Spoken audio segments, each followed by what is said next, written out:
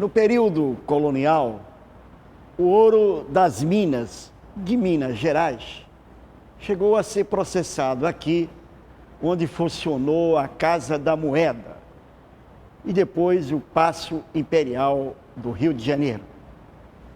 Gente, o ouro sempre exerceu um grande fascínio sobre a humanidade. Símbolo de riqueza, símbolo de opulência. A descoberta de Minas no passado muitas vezes provocava corrida de forasteiros, embates, guerras, lutas até sangrentas. Os 300 anos da Guerra dos Emboabas é o tema de hoje de lá para cá.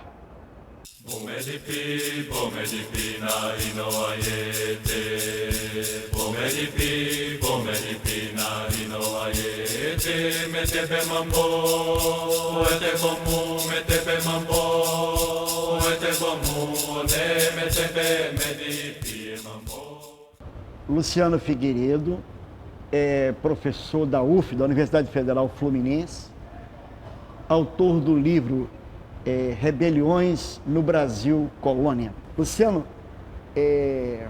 explica pra gente o que foi a Guerra dos Emboabas.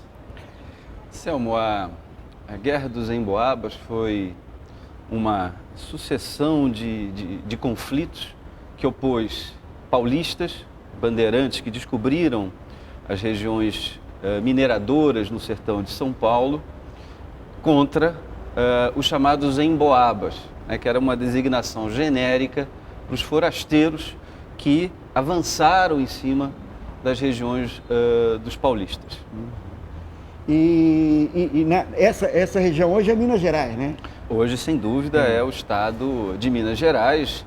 Na ocasião, era o sertão da capitania de São Paulo, sertão da capitania do Rio de Janeiro, era uma área indefinida.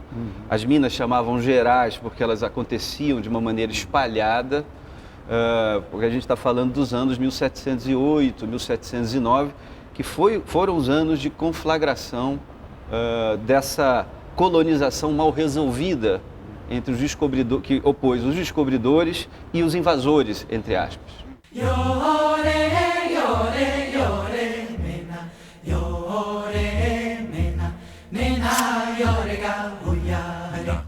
Morro Vermelho, distrito de Caeté, Minas Gerais, é a terra de Manuel Nunes Viana, que é o líder dos Emboabas. Bom, para entender essa história, eu queria que você me explicasse um pouquinho, Adriana, o que significa ser Emboaba nessas Minas Gerais quando o ouro é descoberto.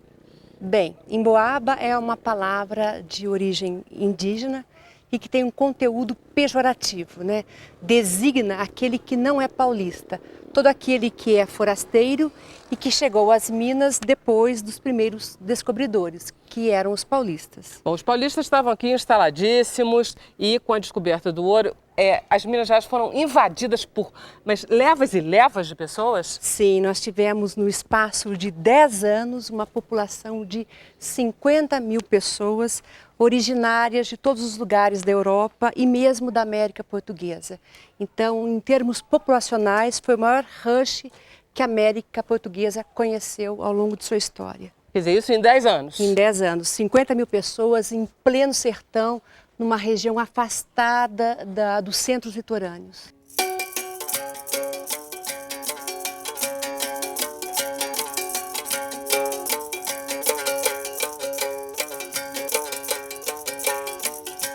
Mas o conflito foi uma sucessão de brigas, assuadas, linchamentos, tiros, corre-corre, que era a tática de guerra, chamada Guerra Brasílica, que os paulistas aprenderam com os índios, que tomou conta dessa região durante alguns meses, poucos anos, e que essa guerra, esses conflitos, eram um esforço dos paulistas tentarem dominar, controlar politicamente e economicamente a região, porque eles perdem a parada para os invasores. Então, no fundo, a guerra não é só uma guerra em busca de ouro, de riqueza, era uma guerra de ressentimento da parte dos paulistas em relação a esse turbilhão de forasteiros, e aí eram portugueses, eram baienses sobretudo, eram pernambucanos, eram fluminenses, que chegaram numa área em que os paulistas pretendiam dominar.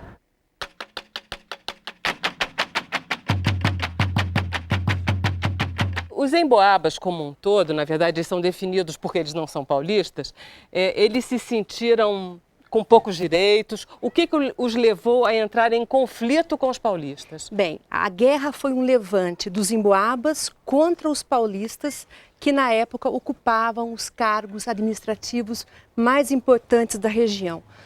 Num primeiro momento, quando os paulistas descobriram a região, eles tiveram como prêmio ou recompensa o monopólio desses cargos. Mas no momento em que os emboabas começam a engrossar a população e se tornam, depois o maior contingente local, e os paulistas passam a ser minoria, isso muda o jogo de forças. Os emboabas passam a reivindicar esses cargos ocupados pelos paulistas. Daí o levante, que é um levante dos emboabas contra os paulistas.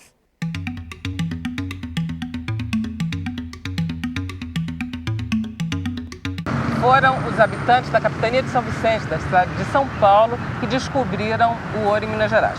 Professora Kátia Abud, dizia-se na época por que eles saíram daqui procurando ouro? Qual era o mito que existia por detrás disso? Bom, há vários motivos, que levam ao ouro. No primeiro momento, quando eles saem da capitania, como era uma região muito pobre, não tinha as riquezas de outros lugares, a cana-de-açúcar não tinha se desenvolvido, etc. A necessidade de mão de obra levou-os para fora. Depois que eles conseguiram aprisionar a maior parte dos índios habitantes do Planalto, foram para fora em busca dos índios. São Paulo se mantém uma cidade pobre, uma vida muito dura, uma população que vivia sem conforto, sem luxo. Kátia, a procura por esse ouro das Minas Gerais foi muito grande? Quer dizer, muita gente saiu daqui? Foi. Os historiadores, eu não sei se exageram, mas há historiadores do século XVII, que dizem que São Paulo ficou uma terra de mulheres e crianças. Porque os homens válidos e velhos, os homens válidos todos foram em busca do ouro. Que tipo de homens eram? Minas foi povoado por São Paulo, pelos paulistas. Quer dizer, os mineiros não sabem, mas os mineiros são paulistas. São descendentes dos paulistas.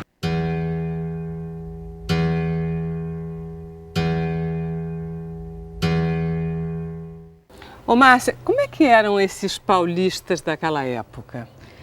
Os paulistas eram pessoas mais rudes, Eles tinham um estilo de vida mais primitivo e eles tinham uma facilidade de convivência maior com os índios. Então eles sabiam lidar com os índios, eles sabiam fazer emboscadas e assim foi mais fácil mandar os paulistas para o sertão, dos Cataguases, que era um sertão totalmente inóspito e desconhecido.